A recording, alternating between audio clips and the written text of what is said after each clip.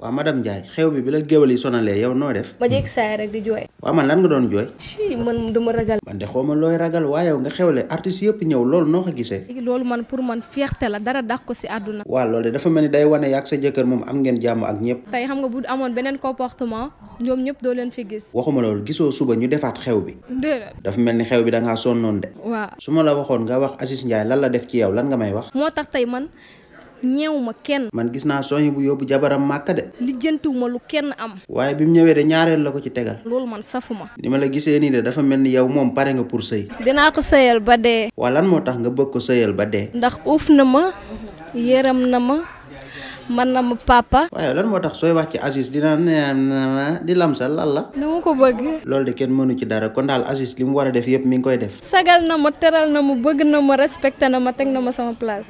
xool ko cey Njaay moom de mi ngi toog rek waa may leen benn sinab ma xool. dafa bëgg xale bi nag xool ko day siiñ rek Aziz dafa mel ni yow nopp nga kii de. waaw.